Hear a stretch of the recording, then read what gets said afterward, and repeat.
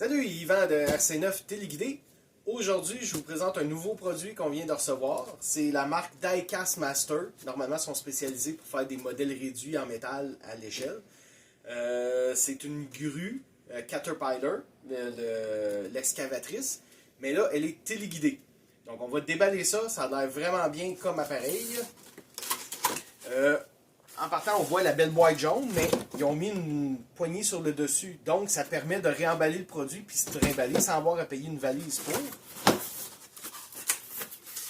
Elle est faite en styromousse, mais styromousse très compact. On ouvre ça.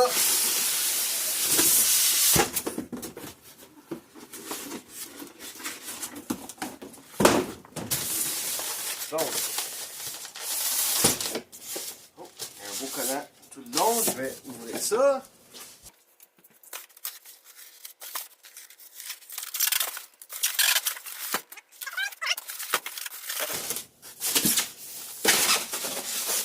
Et voici l'excavatrice. Vraiment bien empaqueté. Ça peut pas briser dans le transport. Comparé aux autres modèles, c'est tout en métal. C'est pas une semi-plastique ou quelque chose comme ça, là. Vraiment, même la pelle, c'est vraiment une réplique approuvée par Caterpillar. C'est supposé être à l'échelle, c'est le modèle 330D pour ceux qui connaissent les excavatrices. Télécommande de fourni avec. Après ça, de l'autre côté, on a même les batteries pour mettre dans la télécommande et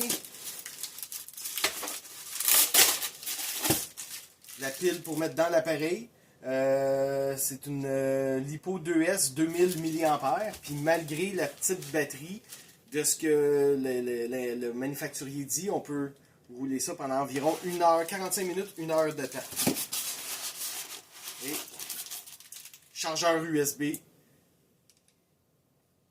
2.4 800 mAh. Ça devrait prendre environ 2 heures à charger quand elle est vide. Si on regarde, tout est en métal, les chenilles sont en métal, tous les engrenages, vraiment très bien conçus, quand même assez lourd.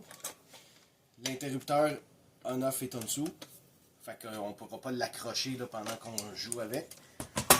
Et je présume que la batterie va sur le dessus ici. Même la porte à batterie, c'est en métal. Petit connecteur XT30 ici. Si on en a en stock, si jamais vous ne l'avez pas pour vous voulez charger votre batterie sur un chargeur régulier, on a des connecteurs XT30. Fait qu'on peut faire un adapteur si vous voulez. C'est le premier modèle que le manufacturier a de Diecast Master, en espérant qu'il y ait les autres éventuellement. Ici, ce qui est bien, le livre d'instructions, quand même très clair, en couleur. Il explique tout dedans, si vous regardez d'un peu plus près. Ils vont même dire chaque bouton, qu'est-ce qu'il fait, de quelle méthode qu'il va interagir. On voit la vue de haut, la vue de côté. Si on appuie les deux en même temps, comment tourner. On a moyen aussi d'activer, désactiver le son. Allumer, éteindre les lumières, parce que oui, il y a le son et les lumières. De l'autre côté aussi, il explique les directions de base. Il y a un petit carton de service. Comme c'est nouveau et la marque n'est pas répandue en ce moment, le distributeur ici, il n'y a pas les pièces en ce moment. En théorie, ça ne devrait pas briser beaucoup parce que ce n'est pas un véhicule qui saute. Mais je vous conseille fortement d'aller enregistrer la garantie en ligne. S'il y a quoi que ce soit, le manufacturier devrait vous supporter directement. On va l'allumer. Contrairement au téléguidé habituel, il faut allumer le véhicule avant. Ensuite, la télécommande. Le lien vient de se faire. Et puis, je viens d'éteindre son et lumière. Je viens de les rallumer. Donc, vous allez voir. On va ajuster la pelle. Monter, descendre le bras. Tourner.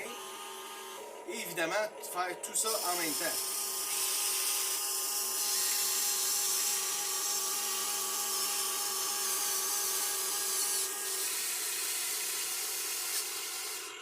Et tout ça en conduisant.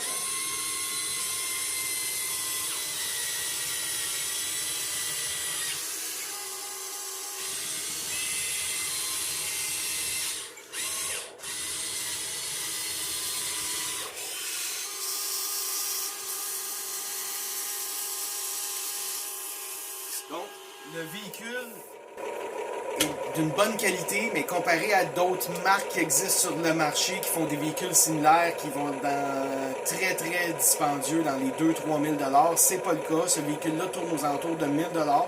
On va vous dire le prix exact dans le bas du vidéo. Mais pour la qualité, pour la robustesse et les fonctions qu'il y a, c'est quand même très abordable comparé à ce qui peut se retrouver sur le marché. Donc, merci, venez nous voir chez RC9.